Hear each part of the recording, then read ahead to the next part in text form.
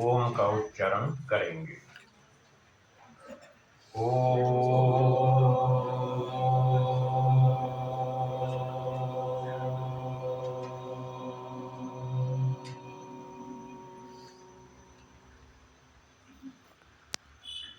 उपस्थित विद्वद्गण, धर्म प्रेमी सज्जनों, माताओं और बहनों,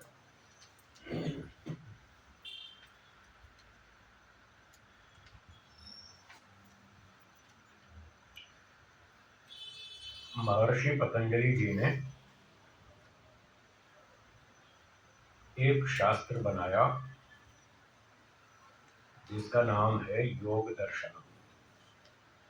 क्या नाम? योग दर्शन। योग दर्शन। इस शास्त्र में योग विद्या को प्रस्तुत किया गया है।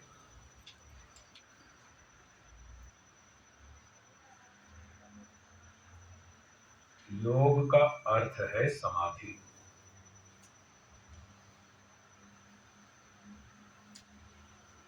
लोग अपने अपने ढंग से योग के अर्थ बना लेते हैं, वो गलत है। जो ऋषियों का बनाया हुआ ठीक अर्थ है वेदों के अनुसार, वह है योग का अर्थ है समाधि। समाधि का अर्थ लोग चालू भाषा में बोलते हैं आत्मा परमात्मा का मिलन। ऐसा नहीं। मिलन तो अभी भी है। क्या ईश्वर आत्मा से दूर है? दूर नहीं है बिल्कुल भी। दोनों हमेशा साथ ही रहते हैं। समाधि का अर्थ है आत्मा परमात्मा की अनुभूति करना। ये समाधि शब्द का अर्थ है। ईश्वर की अनुभूति करना, आत्मा की अनुभूति करना जिस स्थिति में होता है, उस स्थिति का नाम समाधि है, उसका नाम योग है। आत्मा और ईश्वर तो सदा साथ ही रहते हैं। आज भी साथ में है, कोई दूर तो है नहीं, 10 किलोमीटर दूर हो, ऐसा नहीं। तो आत्मा ईश्वर की अनुभूति कैसे करे, अपनी अनुभूति कैसे करे, इस विद्या को इस दर्शन में बताया है। पिछली बार हमने लगभग 18 सूत्र पढ़े थे। क्यों, जितने ही पढ़े?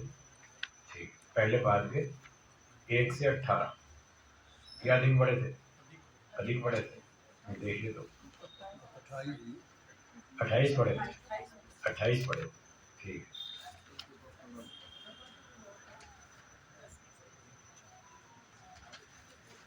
थोड़ा संक्षेप से मैं पिछले प्रसंग को दोहराता हूँ, जिससे थोड़ी भूमिका बन जाए, पिछली बातें याद आ जाए, फिर हम उससे आगे चलेंगे। योग की परिभाषा बताई गई थी। बोलिए। योग चित्त वृत्ति निरोध। इसका अर्थ है, बोलिए, चित्त की वृत्तियों को रोक देना योग है। ये परिभाषा है। चित्त की वृत्तियों को रोक देना। चित्त का अर्थ है मन। सामान्य भाषा में जिसे हम मन कहते हैं, उसी का नाम यहाँ चित्त है। योग दर्शन, सांख्य दर्शन में चित्त और मन, ये दो नाम एक ही वस्तु के हैं। जैसे एक व्यक्ति विद्यालय में पढ़ाए तो उसको विद्यार्थी गुरुजी कहते, वही व्यक्ति घर में बच्चों का पालन करे तो बच्चे उसको पिताजी कहते। व्यक्ति एक ही है, स्कूल में गुरुजी और घर में पिताजी। दो काम करता है, इसलिए दो नाम है। तो मन या चित्त, इसके भी दो नाम हैं, क्योंकि ये दो काम करता है, इसलिए इसके नाम दो रख दिए। आत्मा मन से संकल्प विकल्प करता है, ये काम करूं या ना करूं, ये संकल्प विकल्प है। जब ये संकल्प विकल्प करता है आत्मा इस इंस्ट्रूमेंट से, साधन से, तो इसको मन कह देते हैं इस नाम से। और जब इसी वस्तु से वो पिछली बातें याद करता है, स्मृतियां उठाता है, तब इसको चित्त कह देते हैं। और भी बहुत सारे काम हैं, मोटे मोटे दो काम बताए। इन दो कामों के आधार पर इसके दो नाम हैं, चित्त और मन। तो चित्त वृत्ति निरोधा, बुद्धि अलग पुरुषा है, उसका काम है निर्णय करने में सहयोग देना आत्मा को। आत्मा जो डिसीजन लेता है, ये काम ठीक है करूंगा, ये जो डिसीजन लिया करूंगा, ये बुद्धि की सहायता से लिया। मन इंद्रियां बुद्धि ये सब इंस्ट्रूमेंट्स हैं, ये जड़ पदार्थ हैं, ये सिर्फ साधन मात्र हैं ना, अलग अलग। सांख्य दर्शन में 25 पदार्थ बताए, पंचविंशतिर्गुणम। तो 25 में बुद्धि की संख्या अलग है, मन की अलग, दो संख्या है। और तीसरा अहंकार है, तीसरा अंतःकरण। 3 अंतःकरण बताए हैं, करणम त्रयोदश विधम अवरांतर भेदात, ये सांख्य सूत्र। करण 13 है, 13, 3 अंतःकरण, 10 बाह्यकरण, 5 ज्ञानेन्द्रियम, 5 कर्मेंद्रियम, ये बाह्यकरण जो शरीर से बाहर काम करते हैं वो बाह्यकरण, जो अंदर काम करते हैं वो अंतःकरण। अंदर काम करने वाले 3 हैं, मन, बुद्धि, बुद्धि और अहंकार। इसलिए वहां मन और बुद्धि अलग अलग चीज है। तो मन से आत्मा संकल्प विकल्प करता है, इसी से स्मृतियां भी उठाता है, इसलिए इसके दो काम होने से इसके दो नाम रख रखे, मन और चित्त। जब स्मृति उठाता है तो चित्त, संकल्प विकल्प करता है तो मन, अहंकार इससे अलग दूसरा पदार्थ है और बुद्धि तीसरा पदार्थ है। ऐसे 3 अंतःकरण हो गए।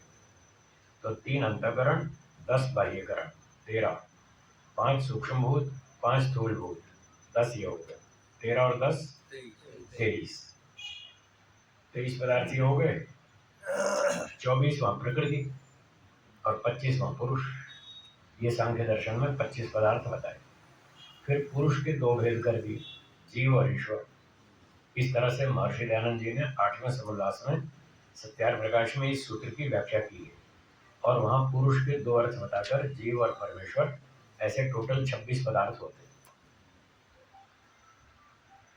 तो इस मन से जीवात्मा संकल्प विकल्प करता है, स्मृतियां उठाता है, सारा दिन विचार करता है। ये जो दिन भर विचार चलते हैं, इनका नाम है वृत्ति। क्या नाम है? वृत्ति। वृत्ति मतलब विचार, ये एक मुख्य अर्थ है। और भी अर्थ है इसके, वृत्ति शब्द के मुख्य अर्थ है विचार। एक दूसरा अर्थ है ज्ञान। आप लोग ज्ञान बोलते हैं, हम लोग ज्ञान बोलते हैं। तो मैं ज्ञान बोलूं तो समझ लीजिए वही कह रहा हूँ। आप सोचें ज्ञान क्या शब्द है, ये तो कोई नया शब्द है तो ऐसा ना सोचें। ज्ञान वही शब्द है जिसको आप ज्ञान बोलते हैं। संस्कृत में इसका शुद्ध उच्चारण है ज्ञान। तो ज्ञान ये भी वृत्ति शब्द का एक अर्थ है। और तीसरा अर्थ है अनुभूति। तीसरा अर्थ क्या? अनुभूति। विचार, ज्ञान, अनुभूति, ये 3 अर्थ हो। तो सूत्रकार महर्षि पतंजलि जी कह रहे हैं, योगश चित्त वृत्ति निरोधा, मन में उठने वाले विचारों को रोको। निरोध का अर्थ है रोकना। मन में उठने वाले विचारों को रोको, सांसारिक विचारों को रोको। यहाँ विचारों को रोकना है, सांसारिक। ईश्वर का विचार मन में चालू रखना है, सारे विचार नहीं रोकने। कुछ लोग कहते हैं विचार शून्य हो जाओ, गलत। ये कोई परिभाषा नहीं है समाधि, ऐसा कहीं नहीं लिखा। विचार शून्य नहीं होना है, सांसारिक विचारों को रोकना है और ईश्वर का विचार मन में चालू रखना है। ये है योग। ईश्वर का विचार क्यों चालू रखना है? उससे शांति मिलती है, उससे आनंद मिलता है, उससे ज्ञान, बल, न्याय, दया, सेवा, बहुत सारे गुणों की प्राप्ति होती है। इसलिए वो विचार चालू रखना है, ईश्वर की अनुभूति करनी है। और ये सांसारिक विचार उसमें बाधक है, इसलिए कहा इनको रोको। जो चीज बाधक है उसको रोको, जो सहायक है वो चालू रखो। इसका नाम योग है, इसका नाम समाधि है। तो सारा दिन व्यक्ति सांसारिक विचारों में ही डूबा रहता है। जब से सुबह नींद खुलती है तब से रात तक सोने तक पूरा दिन सांसारिक विचार ही चलते हैं। ईश्वर का विचार तो चलता ही नहीं। कोई कोई थोड़ी देर बैठ जाता है ध्यान करने, वो ध्यान में भी भगवान का चिंतन नहीं करता, संसार का ही करता रहता। जहां भी जाओ यही शिकायत सुनने को मिलती है, साहब मन नहीं लगता, मन नहीं टिकता। आपने उसको टिकाना सीखा ही कब? मन लगाना सीखा ही कब? मन कैसे लगता है आपको पता ही नहीं, तो फिर ऐसे तो मन नहीं लगेगा ना, ऐसे नहीं टिकेगा। मन कहाँ लगता है, मन क्यों लगता है, इस बारे में कुछ जानकारी नहीं लोगों को। ईश्वर में क्यों नहीं टिकता है? ऐसा नहीं है कि मन कहीं नहीं टिकता है, बहुत जगह टिकता है। आपका नाम पहले तो आयुष था ना, अब क्या है? आदित्य। हाँ आदित्य जी, ध्यान से सुनना। मन कहाँ लगता है और क्यों लगता है? सारी दुनिया परेशान है इस बात से, साहब मन नहीं लगता, मन नहीं लगता। तो ऐसा नहीं है कि कहीं भी नहीं लगता है, मन बहुत जगह लगता है। खाने पीने में खूब लगता है, लगता है या नहीं? खेल कूद में मन लगता है, क्रिकेट में मन लगता है, शेयर बाजार में मन लगता है, धंधे व्यापार में मन लगता है, पार्टी में जाने में मन लगता है, डांस में मन लगता है, 20 जगह मन लगता है, बस एक जगह नहीं लगता है। ईश्वर में नहीं लगता है। विद्यार्थी का पढ़ाई में नहीं लगता है, साधक का ईश्वर में नहीं लगता है, बाकी तो सब जगह लगता है। ठीक है? क्यों लगता है? इसलिए लगता है क्योंकि उसमें रुचि है। क्या बोला? उसमें रुचि, उस काम में रुचि है। जिस काम में रुचि होती है मन उसमें लगता है। ये साइकोलॉजी, मन का विज्ञान। जिस काम में रुचि हो उसमें मन लगता है, और जिसमें रुचि नहीं है उसमें मन नहीं लगता। सीधी सिंपल बात है, पर लोग जानते नहीं। अब बताइए, संसार में रुचि है या नहीं है? इसलिए संसार में खूब लगता है। जिस विद्यार्थी को पढ़ाई में रुचि है उसका मन पढ़ाई में लगता है, जिसको पढ़ाई में रुचि नहीं है उसका नहीं लगता है। जिस साधक को ईश्वर में रुचि है उसका मन ईश्वर में लगता है, जिसको ईश्वर में रुचि नहीं है उसका नहीं लगता है। सीधी बात। तो कैसे लगाएं मन को? इसका उत्तर है, उस काम में रुचि बढ़ाओ। जिस काम में मन को लगाना चाहते हैं उस काम में रुचि बढ़ाओ तो मन लगेगा। रुचि कैसे बढ़ाएं? उसका उत्तर है कि जिस वस्तु में आप रुचि बढ़ाना चाहते हैं उस वस्तु के लाभ, उसके लाभ जानें, उन लाभों पर चिंतन करें, विचार करें, बार बार दोहराएं, लाख बार दोहराएं। देखो आपको रुचि हो जाएगी। ये कंपनी वाले व्यापारी लोग अपना व्यापार करते हैं, सामान बेचते हैं।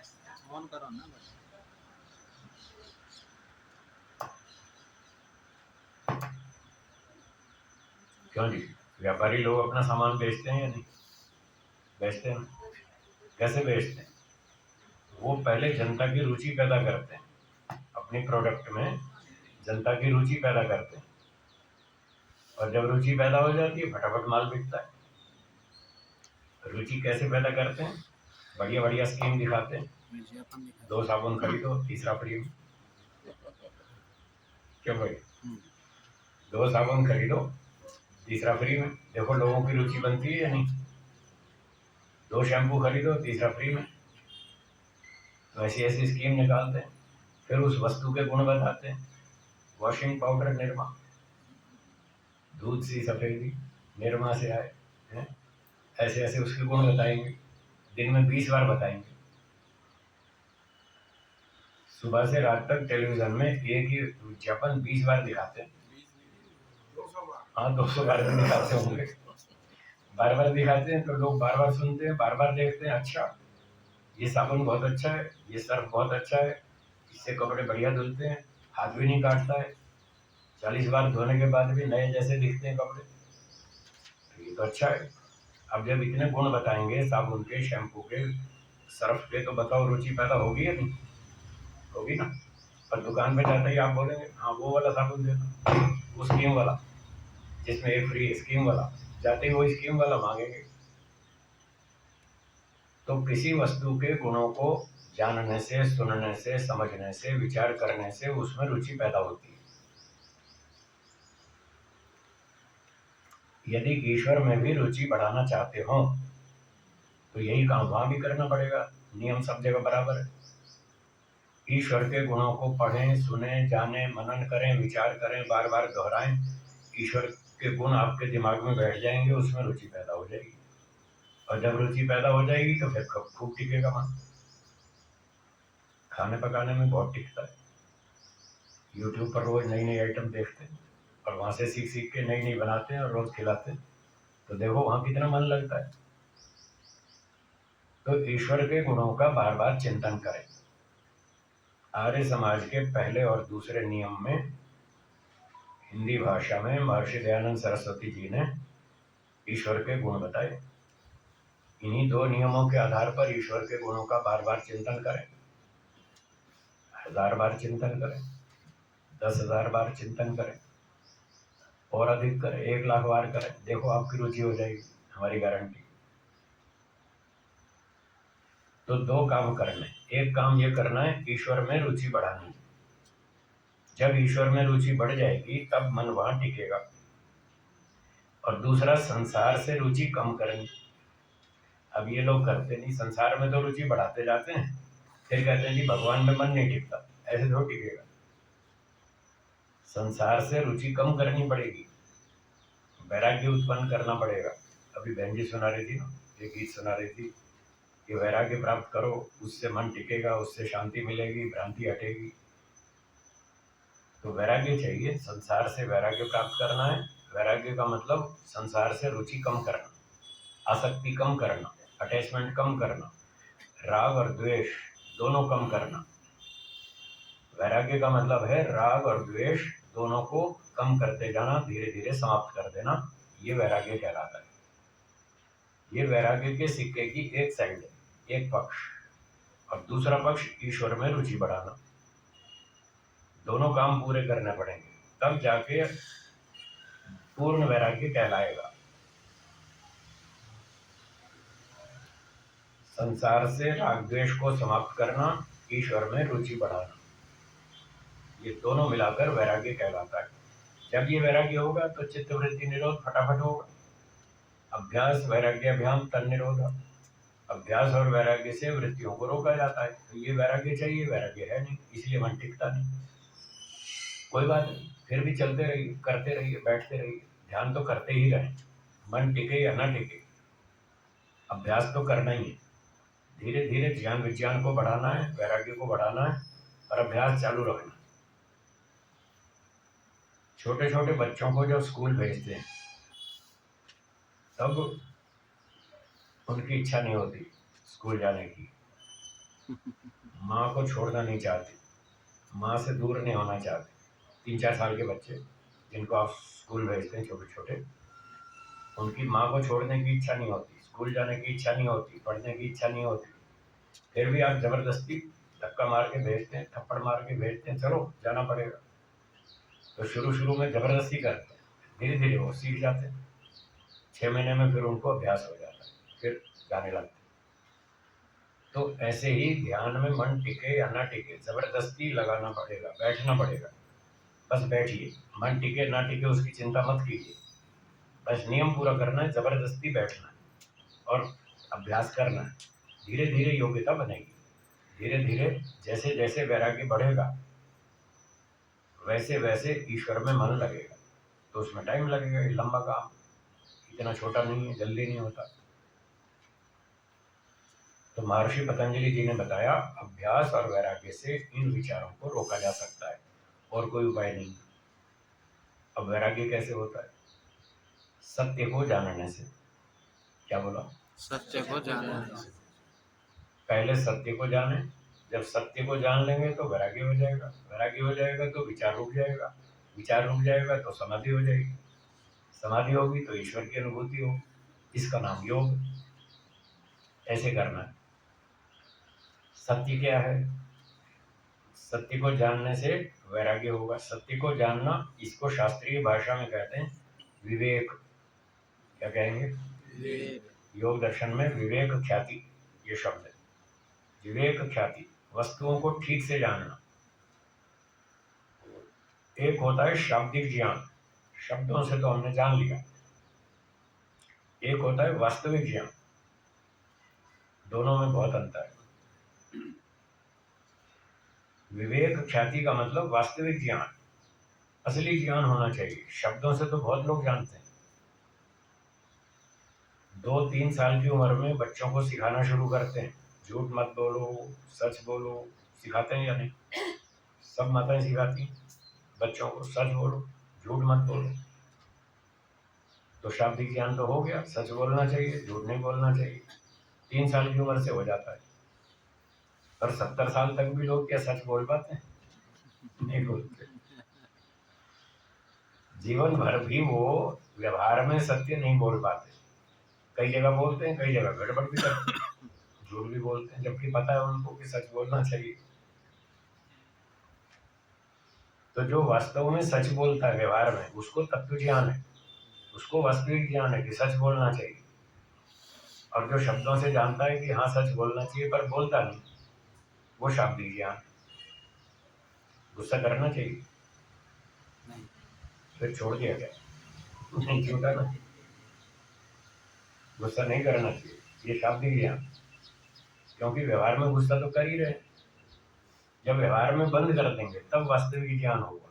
उसका नाम है विवेक ख्याति, तत्व ज्ञान। उसका नाम है तत्व ज्ञान, विवेक ख्याति, यथार्थ ज्ञान। उस ज्ञान से वैराग्य उत्पन्न होता है, शाब्दिक से नहीं होता। और जब वैराग्य होता है फिर वृत्ति निरोध होता है, फिर समाधि शुरू होती है। तो संसार में सुख है या नहीं है? बताइए। है जी? जितना पूछा उतना बताइए, सुख है या नहीं है? ऐसे बोलिए, है। ठीक। आपको सुख चाहिए या नहीं चाहिए? चाहिए। कितने प्रतिशत सुख चाहिए? 100%। संसार में 100% सुख मिलता है? नहीं। नहीं मिलता। तो जब आपको 100% चाहिए, संसार में मिलता नहीं, तो क्या संसार के पीछे भागना चाहिए? नहीं भागना चाहिए। ये शाब्दिक ज्ञान। ठीक कह रहे हैं आप, नहीं भागना चाहिए। जब ये तत्व ज्ञान बन जाएगा ना, फिर वैराग्य होगा। तब वैराग्य होगा, अभी वैराग्य नहीं, अभी शाब्दिक ज्ञान। इस संसार के पीछे नहीं भागना चाहिए, क्योंकि यहाँ हमें 100% सुख नहीं मिलेगा, है ही नहीं, तो मिलेगा कहाँ से? इस सत्य को जानना है, इसका नाम है विवेक ख्याति। महर्षि दयानंद जी ने लिखा है, मैं 3 पदार्थों को अनादि मानता हूँ, ईश्वर, आत्मा, प्रकृति। तो ये प्रकृति के संबंध में तत्व ज्ञान हुआ कि संसार में 100% सुख नहीं है। जब ये फीलिंग हो जाएगी तब तत्व ज्ञान कहलाएगा। तो हमें यहां तक पहुंचना है। दूसरी बात, आत्मा।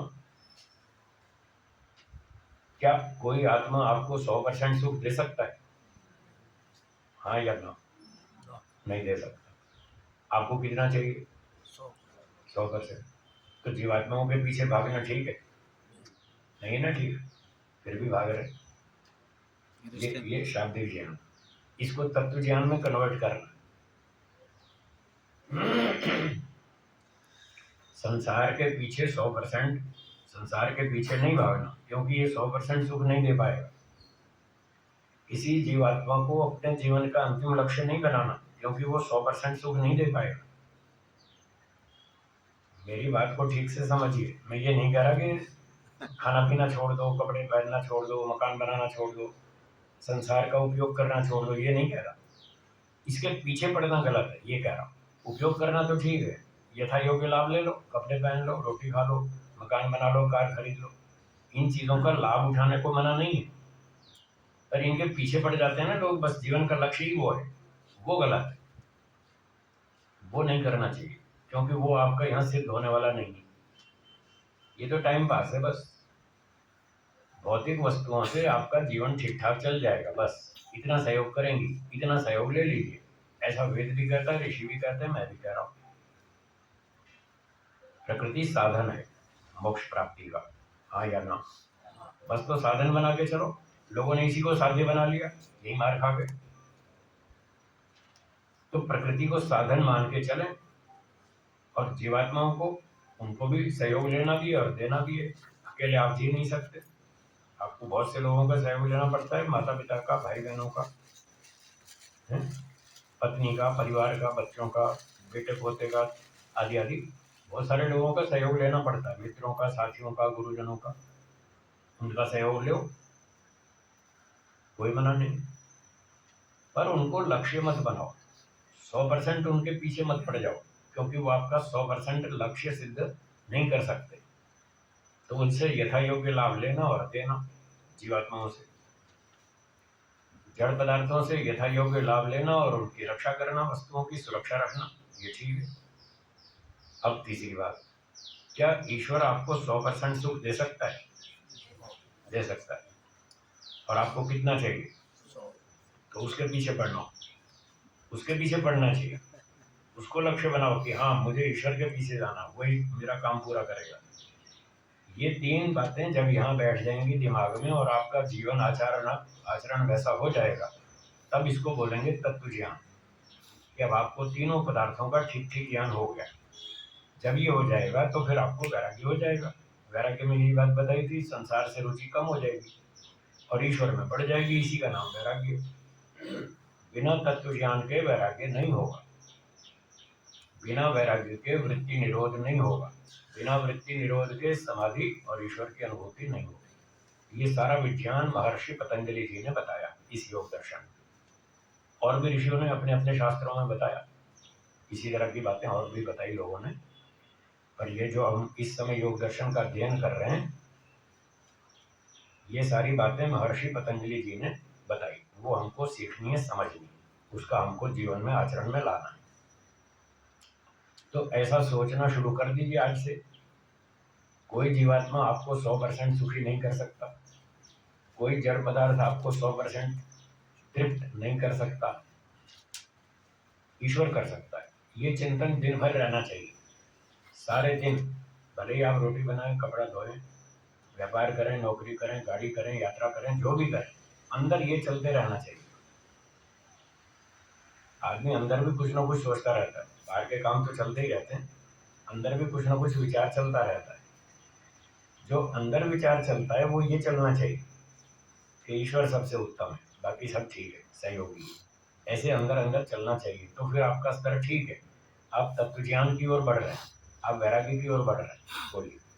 अंदर विचार चलता है कि पड़ोसी ने ये कर लिया, ये कर लिया। हाँ, तो गड़बड़ है, तो आप संसार में जा रहे हैं। पड़ोसी ने 2 कार खरीद ली, मेरे पास 1 है। उसने बढ़िया गाड़ी खरीदी 50 लाख की, मेरे पास 15 लाख की है। तो फिर आप संसार में जा रहे हैं। और ये फ्री का इंस्ट्रूमेंट है मन, हाँ, इसको ठीक प्रयोग ना करके इसका दुरुपयोग कर रहे हैं, फिर वो नुकसान करेगा। कोई भी चीज़ का आप मिसयूज करेंगे, वो नुकसान करेगी। कुछ से कुछ तो सोचेगा, कुछ ना कुछ तो सोचना ही। आप चुपचाप बैठ ही नहीं सकते, जब तक सो नहीं जाएंगे तब तक विचार चालू रहेंगे। जब आप सो जाएंगे तब विचार बंद होंगे। अगर 17 घंटे जाग रहे हैं सुबह से रात तक, तो कुछ ना कुछ तो चलेगा। अगर ये संसार का आकर्षण चल रहा है तो आप घाटे में हैं। आप उस तरफ जा रहे हैं जहाँ आपका लक्ष्य पूरा नहीं होने वाला है। अगर ईश्वर दिमाग में है कि ईश्वर बढ़िया है, मुझे ये तो टाइम पास करके वहीं तक जाना है, असली लक्ष्य तो वही है, अगर ये दिमाग में चलता है तो फिर आप ठीक चल रहे हैं। तो आप मन का सदुपयोग कर रहे हैं, बुद्धि का सदुपयोग कर रहे हैं, सारी शरीर इंद्रियों का सबका सदुपयोग करेंगे। यदि लक्ष्य आपके दिमाग में ईश्वर है तो ये सारा ऐसे ही होगा। हमें तीनों तत्वों के बारे में चिंतन करना पड़ेगा। ये तीनों पदार्थ इस तरह के, इससे वैराग्य होगा, फिर समाधि लगेगी, फिर विचार रुक जाएंगे, फिर कोई दिक्कत नहीं। आपको ये बता दिया जाए, आपके कमरे में टेबल पे डिब्बा रखा है, उसमें मिठाई है, तो आप 1 घंटा पढ़ लो, फिर खा लेना। तो आपका मन पढ़ाई में लगेगा या मिठाई में लगेगा? है जी, कहाँ लगेगा? मिठाई में। बीच बीच में पढ़ाई के वही जाएगा, और बीच पढ़ते रहेंगे, बीच बीच में फिर मिठाई का विचार आएगा। और ये बताया जाए कि उस डिब्बे में जो मिठाई है वो जहरीली है, बिल्कुल नहीं आएगा। अब देखना विचार आएगा पढ़ाई में, जहरीली मिठाई खाएंगे बीच में ये विचार आएगा? नहीं आएगा। तो अब आपको मिठाई से वैराग्य होगा। जब वैराग्य हो गया तो विचार रुक जाएगा, अब विचार नहीं उठेगा मिठाई खाने का, क्योंकि समझ में आएगी वो तो जहरीली है। तो ऐसे ही संसार के सारे सुख जहरीली मिठाई, ध्यान रखना। क्या बोला? ये जितने सुख दिख रहे हैं ना, ये सब जहरीली मिठाई। जिसको मिठाई दिखती है वो फंस जाता है, जिसको जहर दिखता है वो बच जाता है। बस देखने की बात है, विचार करने का दृष्टिकोण है। जिसको मिठाई अच्छी दिखती है वो फंस जाएगा, और जिसको जहरीली दिखती है वो बच जाएगा, वो नहीं फंसेगा, वो कहेगा नहीं खानी। जब कहेगा नहीं खानी, इसका नाम वैराग्य है। संसार नहीं चाहिए है? नहीं चाहिए, बस यही वैराग्य। ईश्वर चाहिए, ये उसका दूसरा पक्ष है वैराग्य का। जैसे सिक्का होता है ना, 2 रुपए का, 5 रुपए का, उसकी 2 साइड्स होती, हेड और टेल। तो एक साइड ये है कि संसार नहीं चाहिए, सिक्के की दूसरी साइड है कि ईश्वर चाहिए। खाली तो बैठ नहीं सकते, कुछ ना कुछ तो चाहिए। कुछ तो चाहिए ना, सुख तो चाहिए हमेशा। सुख कहाँ से लाएंगे? या तो संसार से या ईश्वर से, दो में से कहीं ना कहीं से तो सुख लेना ही है। आत्मा की ये स्वाभाविक इच्छा है कि उसे सुख चाहिए, और दूसरी दुख से द्वेष है, दुख नहीं चाहिए। ये दोनों स्वाभाविक है, सुख चाहिए, दुख नहीं चाहिए। संसार में दुख मिलता है, जब ये समझ में आएगा तो कहेगा नहीं चाहिए, और ईश्वर में सुख मिलता है, जब वो समझ में आएगा तो वो कहेगा चाहिए। बस इसी का नाम वैराग्य। तो इस वैराग्य से व्यक्ति ईश्वर की ओर चलेगा, और ईश्वर सूक्ष्म वस्तु है, उसको समझना सबसे कठिन है। जैसे कोई एमए का सिलेबस हो, एमएससी का सिलेबस हो, वो ऊंची पढ़ाई है, उससे पहले छोटी पढ़ाई करनी पड़ेगी, फिर एमएससी की पढ़ाई समझ में आएगी। तो प्राइमरी स्कूल से चलेंगे, पहले प्राइमरी स्कूल, फिर मिडिल स्कूल, फिर हाई स्कूल, फिर ग्रेजुएशन, तब जाके पोस्ट ग्रेजुएशन होगी। 5 स्लॉट बना दिए हमने पढ़ाई के। पहला प्राइमरी स्कूल, बोलिए। प्राइमरी स्कूल, दूसरा मिडिल स्कूल, तीसरा हाई स्कूल, चौथा ग्रेजुएशन, और 5वां पोस्ट ग्रेजुएशन, एमए। ठीक है। तो संप्रज्ञात समाधि के 4 लेवल बताए: वितर्क, विचार, आनंद, अस्मिता। बोलिए। वितर्क, विचार, विचार, आनंद, आनंद, अस्मिता। वितर्क समाधि प्राइमरी स्कूल।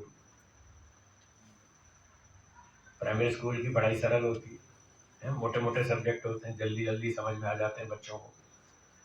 तो वितर्क समाधि प्राइमरी स्कूल, विचार समाधि मिडिल स्कूल, आनंद समाधि हाई स्कूल, और अस्मिता समाधि ग्रेजुएशन, बीए तक पहुंच गए। और असंप्रज्ञात समाधि वो एमएससी, वो पोस्ट ग्रेजुएशन, एमए एमएससी का कोर्स। और इसके बाद समाधि पूरी हो गई, उसके बाद होंगे संस्कार 5 क्लेश दग्ध बीज भाव। समाधि के बाद, ईश्वर अनुभूति के बाद सिर्फ 5 जो क्लेश हैं हमारे, अविद्या, अस्मिता, राग, द्वेष, अभिनिवेश, वो 5 क्लेश दग्ध बीज करने पड़ेंगे। इस दग्ध बीज करने का लेवल है पीएचडी। एमए के बाद पीएचडी, और पीएचडी के बाद खत्म। 5 क्लेश खत्म, खेल खत्म, दुनिया खत्म, फिर अपना मोक्ष। ये ऋषि पतंजलि महाराज ने बताया, ये रास्ता, ऐसे चलना पड़ेगा। तो हमने 17वें सूत्र में 4 समाधियों का वर्णन पढ़ा था: वितर्क, विचार, आनंद और अस्मिता। इन समाधियों में बताया था, वितर्क समाधि में पंच महाभूत की अनुभूति करनी चाहिए, विशेष अनुभूति। विचार समाधि में तन्मात्राओं की अनुभूति, आनंद समाधि में 13 इंद्रियों की अनुभूति, 3 अंतःकरण, 10 बाह्यकरण, 13 चीजें, इनकी अनुभूति आनंद समाधि में। और अस्मिता में जीवात्मा की। ये 4 समाधियां हो गई संप्रज्ञात। तो हम बीए तक पहुंच गए। फिर 18वें सूत्र में हमने पढ़ा था असंप्रज्ञात समाधि। 18वें सूत्र में बताया था, विराम प्रत्ययाभ्यास पूर्व संस्कार शेषो अन्य। तो संप्रज्ञात समाधि में जो अनुभूतियां चल रही थी, उनका विराम, उनको बंद कर देंगे। जब एमए का सिलेबस खोलेंगे तो बीए तक की सब किताबें बंद कर देंगे, फिर वो नया सिलेबस पढ़ेंगे। प्रतिशत बंद हो जाएगा, पूरा हो गया, कंप्लीट हो गया। तो असंप्रज्ञात में फिर ईश्वर की अनुभूति करेंगे। तो इस प्रकार से सूत्रों में बताया था कि 5 समाधियां हैं, 4 संप्रज्ञात और 5वीं असंप्रज्ञात। और इस तरह से फिर तीव्र संवेगा नाम आसन्ना, जो तेज गति से चलेगा वो जल्दी पहुंचेगा। फिर जिसका अभ्यास भी तीव्र हो, वैराग्य भी तीव्र हो, जितना जितना तीव्र होता जाएगा उतना उतना जल्दी पहुंचेगा। और जितना जितना जल्दी पहुंचेगा उसमें एक चीज और बताई थी, ईश्वर प्रणिधानाद्वा। अभ्यास वैराग्य के साथ यदि ईश्वर समर्पण को भी जोड़ दें तो थोड़ी गति और बढ़ जाएगी और स्पीड बढ़ जाएगी। फिर प्रसंग से बताया ईश्वर कैसा है। 24, 25, 26 सूत्र में ईश्वर का स्वरूप बताया। क्लेश कर्म आदि से परे है,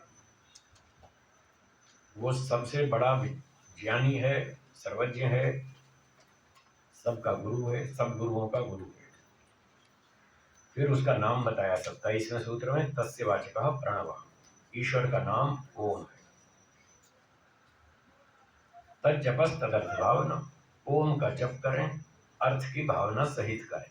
ये 28 सूत्र तक पाठ हुआ। ठीक है, ये हमने पिछला पाठ दोहरा लिया, यहाँ तक हमने पढ़ा था। ओम का जप करना, अर्थ सहित करना। जब हम बोलेंगे ओम न्यायकारी, ऐसे ओम का जप करेंगे तो ओम के साथ एक गुण जोड़ लेंगे ईश्वर का, न्यायकारी। तो हम कहेंगे ओम न्यायकारी, हे ईश्वर आप न्यायकारी हैं, हमें भी न्यायकारी बनाइए। जब हम न्यायकारी कहेंगे तो हमें ईश्वर में एक राजा, न्यायाधीश, वो दिखना चाहिए।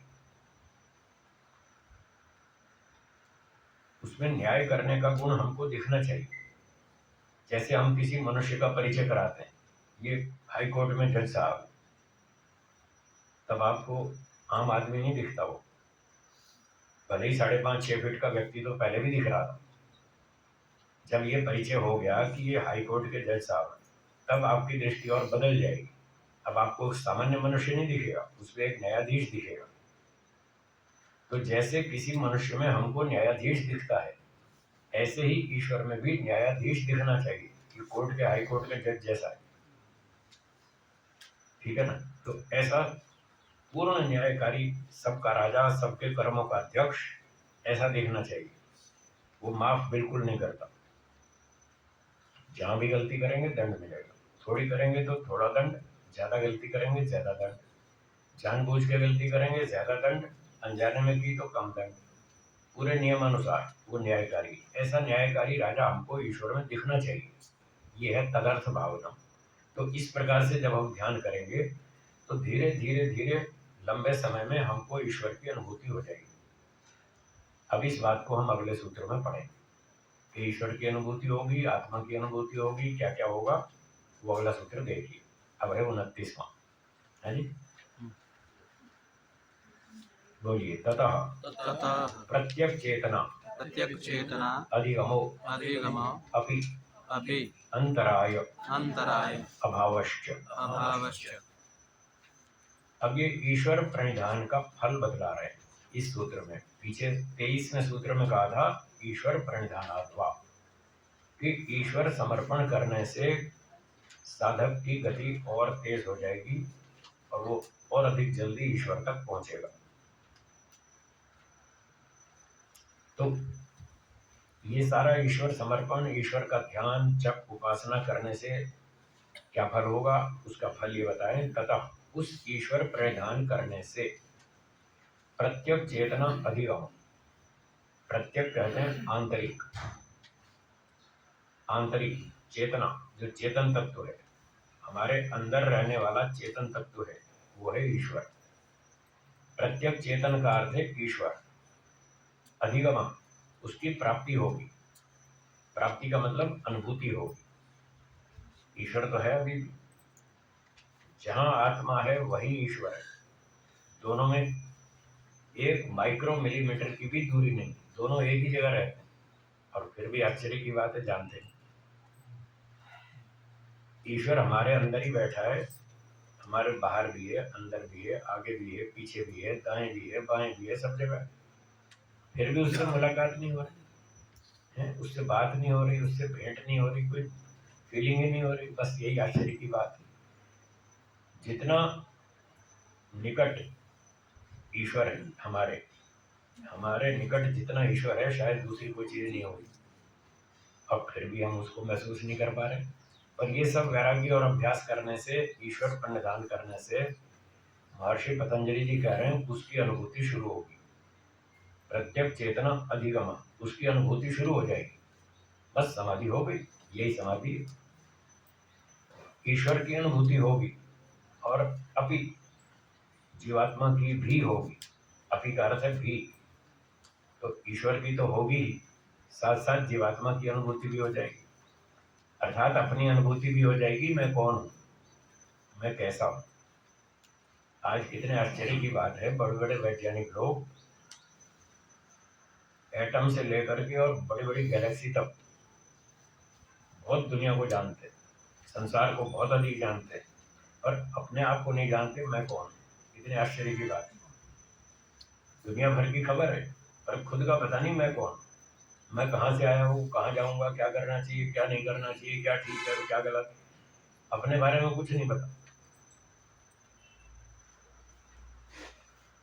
तो इस सूत्र में महर्षि पतंजलि जी बता रहे हैं, जीवात्मा को अपनी अनुभूति भी हो जाएगी और ईश्वर की भी हो जाएगी, और जिस समय वो समाधि में होगा, दोनों एक जैसे हो जाएंगे, एक लेवल पर हो जाएंगे, एक नहीं हो जाएंगे। हाँ, ध्यान रखना। लोग कहते हैं बस आत्मा परमात्मा एक हो जाएगा, एक नहीं होगा कभी भी। चाहे मुक्ति हो जाए तब भी एक कभी भी नहीं होगा। न एक थे न एक होंगे। ये अनादिकाल से दो हैं, तो अनंत काल तक दो ही रहेंगे, अलग अलग रहेंगे, पर उनकी स्थिति एक जैसी हो जाएगी। क्या एक जैसी हो जाएगी? ईश्वर आनंदित है, हाँ या ना? तो जीवात्मा भी समाधि में आनंदित हो जाएगा, वो भी आनंद का अनुभव करेगा। इस सीमा से दोनों एक जैसे हो जाएंगे। ईश्वर तो आनंद में है ही पहले से, और जीव उसके संपर्क से वो भी आनंदित हो जाएगा, वो भी बहुत मस्त खुश हो जाएगा। जिस खुशी को आप संसार में ढूंढ रहे हैं, वो खुशी यहाँ मिलेगी, वहां नहीं मिलेगी। लोग खुशी ढूंढ रहे हैं, उसके लिए स्कूल जाते हैं, कॉलेज जाते हैं, पढ़ाई करते हैं, डिग्री लेते हैं, पैसे कमाते हैं, नौकरी करते हैं, बड़ी बड़ी ऊंची ऊंची कंपनियों में जॉब करते हैं, लाखों रुपया कमाते हैं, 5 लाख रुपए महीना। अभी एक बेंगलोर का विद्यार्थी था, 5 लाख रुपए महीने कमाता था, 58 लाख साल की इनकम, सुसाइड कर ली। 24 साल का जवान। क्यों कर लिया सुसाइड? उसने लिखा नोट में, मैं खुशी को ढूंढ रहा था, मुझे खुशी नहीं मिली, इसलिए मैं सुसाइड कर रहा हूँ। बताओ, खुशी नहीं। 58 लाख रुपए साल के कमा रहा है, अच्छी ऊंची पोस्ट है, बढ़िया कंपनी है, सब कुछ, खाना पीना, नौकर चाकर, सब सुविधा है, मोटर गाड़ी भी है, फिर भी आदमी सुसाइड कर रहा है। क्यों कर रहा है? उसको वो खुशी नहीं मिली जो वो ढूंढ रहा था। वो कहाँ ढूंढ रहा था? पैसे में, संपत्ति में, ऊंची पद प्रतिष्ठा में। वहां वो थी नहीं तो मिलेगी क्या? तो नहीं मिली तो फिर अंत में ये हुआ। तो जिस खुशी को हम ढूंढ रहे हैं वो ईश्वर के पास है। पूरी तृप्ति, 100% आनंद, सारी इच्छाएं शांत, ये स्थिति वहीं पर होगी और कहीं नहीं होगी। तो उस बेचारे को नहीं मिली तो उसने सुसाइड कर लिया। और कुछ लोग ऐसे हैं जो इसी खुशी को ढूंढ रहे हैं पर उनको मिलती नहीं, इसलिए वो आतंकवादी बन जाते हैं। वो कहते हैं हम दुखी हैं तो दुनिया को भी दुखी करेंगे, ना हम जिएंगे ना तुम्हें जीने देंगे। कोई पुरानी कहावत थी ना, हम तो डूबेंगे सनम, तुम्हें भी साथ लिए डूबेंगे, ना हम जिएंगे ना तुम्हें जीने देंगे। वो आतंकवादी बन जाते हैं। तो कोई ऊंचे स्तर के आतंकवादी बन जाते हैं, बम फोड़ते हैं। कुछ थोड़े छोटे होते हैं जो पिस्तौल दिखाते हैं और लूट लेते हैं, और कोई बिना पिस्तौल दिखाए धमकी देते हैं, और धमकी दे देकर ही लोगों को परेशान करते रहते हैं और बहुत चीजें लूट लेते हैं उनकी। तो ये लूट मार तब तक चलेगी जब तक व्यक्ति को 100% शांति ना मिल जाए, और वो मिलेगी वहीं समाधि में। संसार में तो है नहीं, हाँ मिलेगी। इसलिए हमको संसार से ज़्यादा आशा नहीं रखनी चाहिए। फिर से सुनिए, बहुत इंपॉर्टेंट बात है। जिस खुशी को आप ढूंढ रहे हैं, जिस सुख को आप ढूंढ रहे हैं, उसकी आशा संसार में मत रखो, यहाँ है ही नहीं, तो मिलेगा कहाँ से। एक माता जी की सुई घर में गिर गई, रात का टाइम अंधेरा था। अब वो उनकी उम्र ज़्यादा थी, दिखता था नहीं, लाइट कम थी घर में, तो ढूंढने लगी, नहीं मिली। फिर बाहर आके गली में ढूंढने लगी, वहाँ लाइट ज़्यादा थी, वहाँ तेज लाइट थी। उसने सोचा चलो यहाँ ढूंढती हूँ। वो सुई ढूंढ रही थी, तो वहाँ मिलेगी, नहीं मिलेगी। तो इन जैसा एक युवक आया, उसने पूछा माता जी क्या ढूंढ रही हो, मैं आपकी हेल्प कर दूं। बेटा मेरी सुई खो गई, तुम भी हेल्प करो। तो उसने भी ढूंढी, उसको भी नहीं मिली। फिर पूछा माता जी सुई कहाँ गिरी थी, सुई तो अंदर गिरी थी, तो फिर बाहर क्यों ढूंढ रही हो। तो माता जी ने कहा अंदर अंधेरा है, बाहर उजाला है, इसलिए उजाले में ढूंढ रही हूँ। तो जहाँ गिरी ही नहीं, क्या वहां मिलेगी, नहीं मिलेगी, है ही नहीं वहां, तो कैसे मिलेगी। तो बस यही भूल हो रही है दुनिया वालों से, सब के सब 100% सुख ढूंढ रहे हैं, पर समझ नहीं पा रहे कि ये 100% सुख कहाँ गिरा हुआ है और कहाँ मिलेगा, वो नहीं पता। संसार में ढूंढ रहे हैं, वहां है नहीं, ईश्वर के पास है, वहां ढूंढते नहीं, इसलिए मिलता नहीं। जो ढूंढता है उसको मिलता है। महर्षि पतंजलि जी, महर्षि व्यास जी, महर्षि दयानंद जी, महर्षि गौतम, कणाद, कपिल, ये सारे लोगों ने ढूंढा, ईश्वर के पास ढूंढा, उनको मिल गया, और उन्होंने लिख दिया अपना अनुभव, स्टेटमेंट लिख दिया कि बस अब और कुछ नहीं चाहिए, जो चाहिए था मिल गया, जो चाहिए था मिल गया, अब और कुछ नहीं चाहिए। कहाँ मिला उनको, ईश्वर में, अध्यात्म में मिला, संसार में है ही नहीं। तो इस बात को सभी लोग दिमाग में रखें, सारा दिन ये दिमाग बना करके सारा दिन काम करें, देखो आपको शांति रहेगी। अगर आप ये सोचते हैं संसार में बहुत सुख है, तो दिन भर अशांति रहेगी, इच्छाएं आपको काटती रहेंगी, परेशान करती रहेंगी, ये काम भी चाहिए, ये काम भी करना है, ये भी करना है, ये इच्छा पूरी करनी है, बस ये हो जाए तो फिर ठीक है। ये तो खाली अपने आप को धोखा देने की बात है, बस ये हो जाए तो ठीक है। अब तक आपकी 50 इच्छाएं पूरी हो चुकी, जो आप चाहते थे, बस इतना हो जाए तो ठीक है। फिर कहाँ ठीक हुआ, वो इच्छा पूरी हुई और अगली शुरू हो गई है, कहाँ खत्म हुआ, काम नहीं हुआ। एक के बाद एक अगली इच्छा तैयार रहती है। ईश्वर की अनुभूति करने पर वो सारी इच्छाएं खत्म हो जाती हैं, फिर कोई इच्छा नहीं रहती। प्राप्तम प्रापणीय, योग दर्शन व्यास भाष्य में लिखा है, जो प्राप्त करना था कर लिया, बस अब और कुछ नहीं चाहिए। कठोपनिषद में भी है, व्यास भाष्य में भी है, योग दर्शन ठीक बात है। हाँ जी स्वामी जी, और जब तक प्राप्त नहीं होता तो तब तक जैसे ईश्वर की आज्ञाएं हैं सत्य आदि, ठीक, तो तब तक उनके ऊपर चलते हैं, हाँ जी, तब तक उसका पालन करते हैं। जितना जितना चलेंगे उतना उतना होगा, उतना थोड़ा थोड़ा तो होगा। आप कोई सीधे अरबपति नहीं बन जाएंगे, कोई मुकेश अंबानी, धीरू भाई अंबानी कोई सीधे अरबपति बन गए, धीरे धीरे बने ना, धीरे धीरे कमाते गए, मेहनत करते गए, धीरे धीरे आप बड़े सेठ बन गए।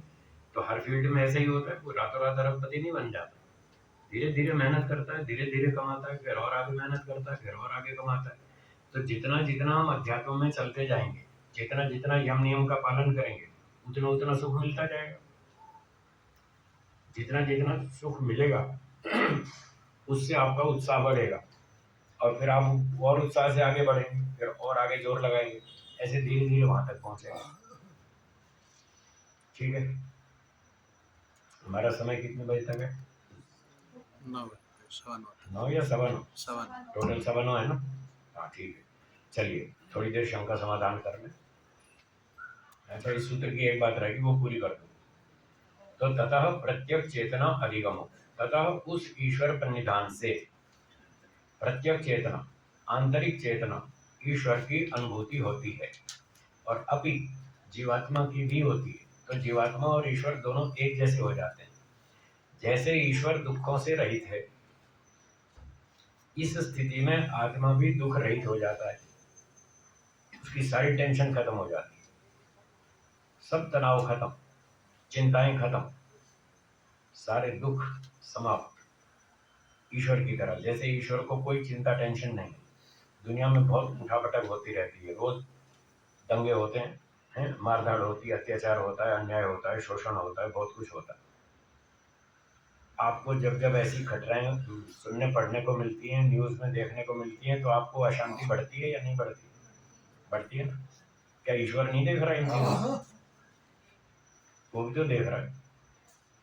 आप तो थोड़ी सी देखते हैं, वो तो सारी दुनिया भर की देखता है। क्या इन घटनाओं को देखकर ईश्वर को भी अशांति बढ़ती है? नहीं बढ़ती।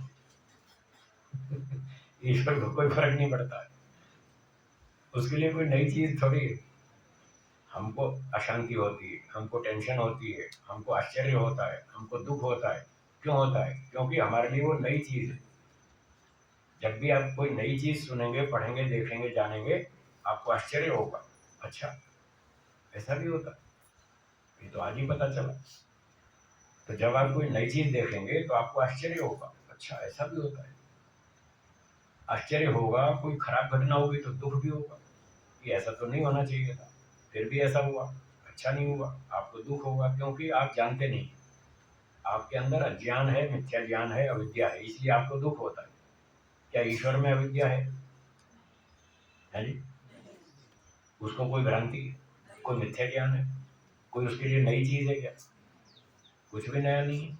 न उसको अज्ञान है, न मिथ्या ज्ञान है, न भ्रांति है, न संशय है, न अविद्या है, कुछ भी नहीं है। इसलिए उसको कभी आश्चर्य नहीं होता कि इसने इसका गला काट दिया, अच्छा कौन सी बड़ी बात है, तो रोज ही काटते, अनादिकाल से काट रहा, आज काट दिया तो कौन सी नई बात है।